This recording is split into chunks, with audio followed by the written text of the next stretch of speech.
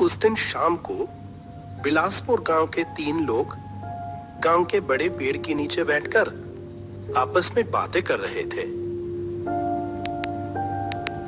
यह तो रोज का नाटक शुरू हो गया। शाम होते ही बत्ती गुल हो जाती है रोज रोज। हाँ, बिल्कुल सही कहा।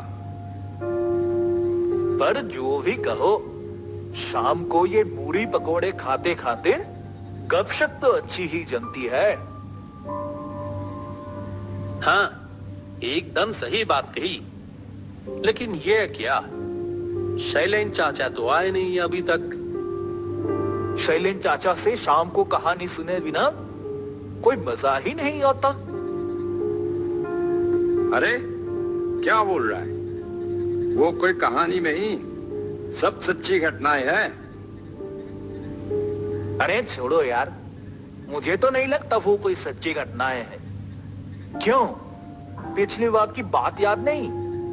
वो जो शैलेन चाचा बता रहे थे, किसी डूमगर राम की जगह पर एक कुएं में एक पिशाच रहता था, वो भी गला हो सकता है कहीं?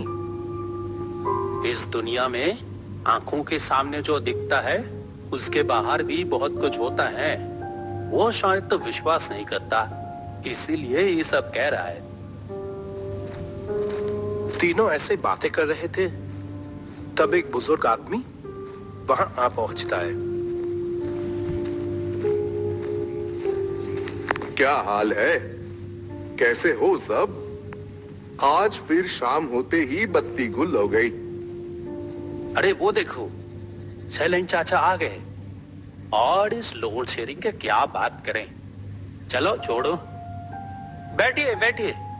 आपकी ही बातें कर रहे थे हम तो सोच रहे थे आज शायद आप नहीं आओगे। आप नहीं आते तो हमारे गपशप जमते नहीं है।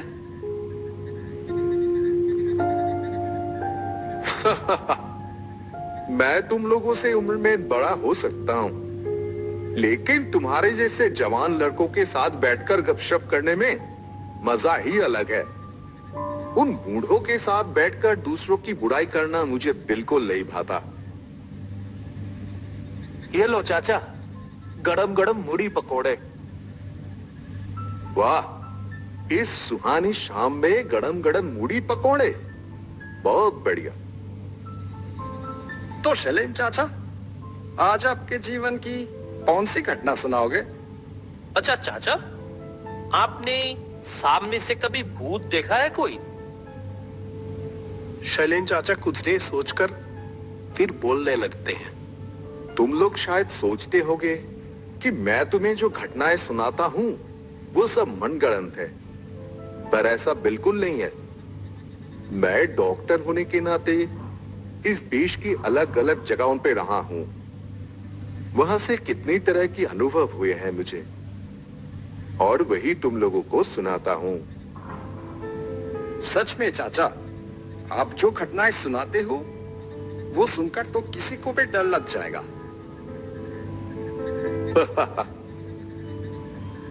शैलेन चाचा, आज ना अपनी आंखों से देखा कोई भूत का किस्सा सुना। चलो, आज एक कुछ अलग तरह की घटना सुनाऊंगा। उम्मीद है यह घटना डर के साथ साथ तुम्हारे दिलों को भी छू जाएगी। तब मेरी उम्र बहुत कम थी। डॉक्टर के रूप में अभी अभी नौकरी शुरू ही की थी। तब मेरी डॉक्टर के रूप में पोस्टिंग हुई थी दुर्लभपुर नाम के एक गांव में। वो गांव शहर से बहुत दूर था। वहां तब तक बिजली भी सही से नहीं पहुंची थी। मुझे वो जगह बहुत पसंद आ गई। वहां के लोग भी मुझे कुछ ही दिनों में अपना बना लिया था। उस दिन गांव के 2 लोग मुझसे मिलने आए थे। हमारा ये गांव आपको कैसा लग रहा है डॉक्टर साहब? बहुत अच्छा है ये जगह, बहुत शांत और सुंदर है तुम्हारा ये गांव।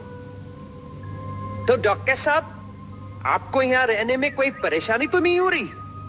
कोई दिक्कत हो या किसी चीज की जरूरत हो तो हमें जरूर बताइएगा। हाँ, नहीं नहीं, कोई परेशानी नहीं हो रही है। अकेला रहता हूं, इसीलिए कोई समस्या नहीं है। और श्याम भैया तो है ही, खाना बना सब बनाकर दे जाता है। बहुत अच्छा है, कोई दिक्कत नहीं। चलो, सुनकर बहुत खुशी हुई। पर डॉक्टर साहब, आपसे एक बात कहनी थी। उस आदमी की बात सुनकर मैं बहुत हैरान हुआ। हंसते मुस्कुराते दोनों लोग कुछ ही पलों में बहुत गंभीर हो गए। तुम क्या कुछ खास कहना चाहते हो? हाँ, वो तो कहना ही है। दरअसल आप तो गांव के बिल्कुल आखिरी सिरे पर रहते हैं, इसीलिए कह रहा हूं, ये जगह कुछ खास ठीक नहीं है। क्यों? ऐसी बात क्यों कह रहे हो?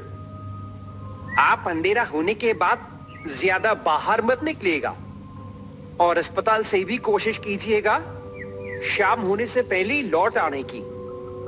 आपके क्वार्टर के पीछे जो रास्ता उस जंगल की तरफ जाती है ना, उस रास्ते की बहुत बदनामी है डॉक्टर साहब। बदनामी? बदनामी मतलब? चोट केतु का खतरा है डॉक्टर साहब। रात में उस रास्ते पर किसी को अकेला पा गए तो बिल्कुल नहीं छोड़ते, यहां तक कि मार भी डालते हैं। ये तो बहुत भयानक बात है। पुलिस कुछ नहीं कर रही? अरे पुलिस उन्हें ढूंढ पाएगी तब तो कुछ करेगी ना, इसीलिए आप खुद ही सावधान रहिएगा।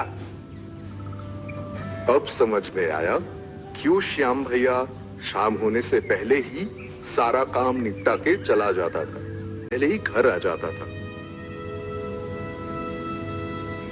उस दिन रात बहुत गहरी थी, आसमान काले बादलों से ढका हुआ था।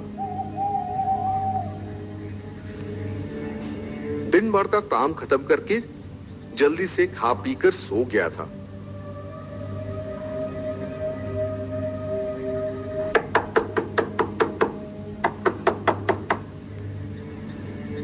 अचानक एक आवाज से मेरी गहरी नींद खुल गई।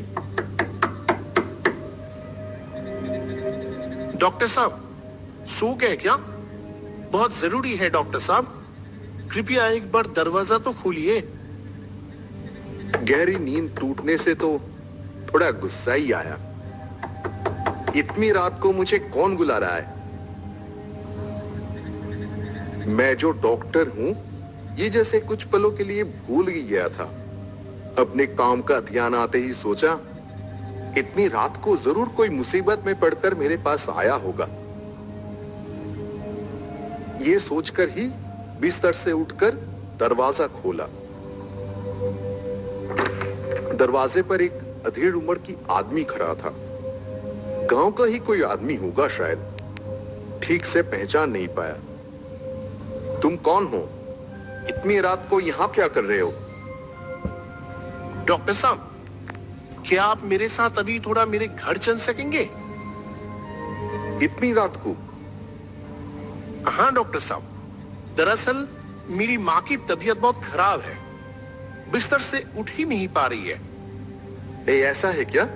लेकिन तुम्हारा घर कहाँ है? मेरा घर जंगल पार करके उस दूसरे गांव पे है। दरअसल मेरी माँ की तबीयत बहुत खराब है।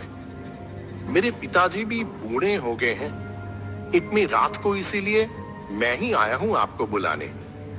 पिताजी तो माँ को छोड़कर आ नहीं सकते। अपनी माँ के प्रति इतनी अच्छी भावना देखकर बहुत अच्छा लगा। मैं भी और कुछ नहीं सोचा और अपना डॉक्टरी का सामान लेकर तुरंत उसके साथ निकल पड़ा। अच्छा, तुम्हारा घर क्या बहुत दूर है? बस पास के ही गांव में है डॉक्टर साहब, थोड़ा दूर है पर ज्यादा वक्त नहीं लगेगा। बाहर निकलकर अंधेरे में थोड़ा चलते ही बारिश की मौसम होने के कारण काफी ठंडक लग रही थी। तुम्हारा नाम क्या है? मेरा नाम गणेश। वो आदमी रास्ता दिखाते हुए मेरे आगे आगे चल रहा था और मैं उसके पीछे पीछे। कुछ देर चलने के बाद हम उस जंगल में पहुंच गए। चारों तरफ बड़े बड़े पेड़ थे और बीच के पतले रास्ते से हम दोनों आगे बढ़ रहे थे। मुझे अंदर ही अंदर अजीब सी घबराहट महसूस होने लगी और साथ ही अचानक उन दोनों गांव वालों की कही हुई बातें याद आ गई। अच्छा गणेश, इस जंगल के रास्ते के अलावा और कोई रास्ता नहीं है तुम्हारे घर जाने का? हाँ डॉक्टर साहब, रास्ता तो है, पर इस रास्ते से जल्दी पहुंच जाएंगे। तुम्हारी माँ की तबीयत खराब है बोले, क्या तकलीफ हो रही है तुम्हारी माँ को? माँ का सर बहुत दर्द कर रहा है, साथ ही तेज बुखार है। बहुत तकलीफ हो रही है मेरी माँ को। ये समझने में कोई मुश्किल नहीं हुई कि वो आदमी अपनी माँ से बहुत प्यार करता है। थोड़े और आगे बढ़ते ही लगा जैसे दो साए हमारे पीछे पीछे आ रहे थे। यहां तक कि उनके फुसफुसाने की आवाज भी सुनाई दी। थोड़ा जल्दी चलो, कोई हमारे पीछे आ रहा है लगता है। मेरी बात सुनकर वो आदमी भी अंधेरे की तरफ एक बार देखकर तेजी से चलने लगा। हम इतनी तेजी से चल रहे थे, पीछे उन दो सायों की रफ्तार भी और बढ़ने लगी। ओए, तुम दोनों रुको, बोल रहा हूं।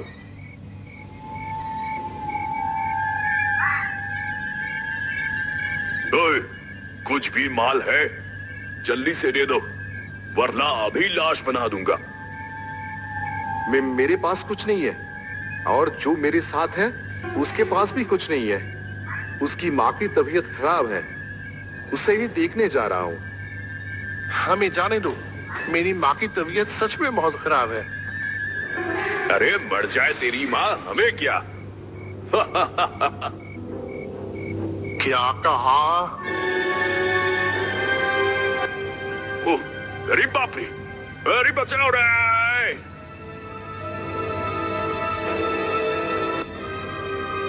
अरे ये क्या हुआ?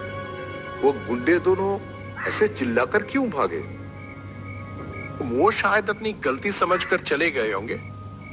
आप अब जल्दी से चलिए डॉक्टर साहब, बहुत देर हो गई। मेरी माँ कैसी है कौन जाने। हाँ चलो चलो।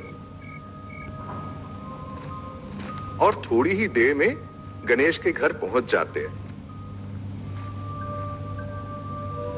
वो रहा हमारा घर, आप जाइए, मैं यही हूं। तुम नहीं जाओगे अंदर? नहीं नहीं, आप जाइए ना, मैं इधर ही हूं। घर के अंदर जाके देखा, एक बुजुर्ग महिला बिस्तर पर लेटी है। चेहरे पर दर्द साफ दिख रहा था और उनके पास बैठे हैं एक बुजुर्ग आदमी। यही होंगे फिर गणेश के माँ बाप। उन्हें पहली नजर में देखते ही समझ गया कि उनकी तबीयत बहुत खराब है।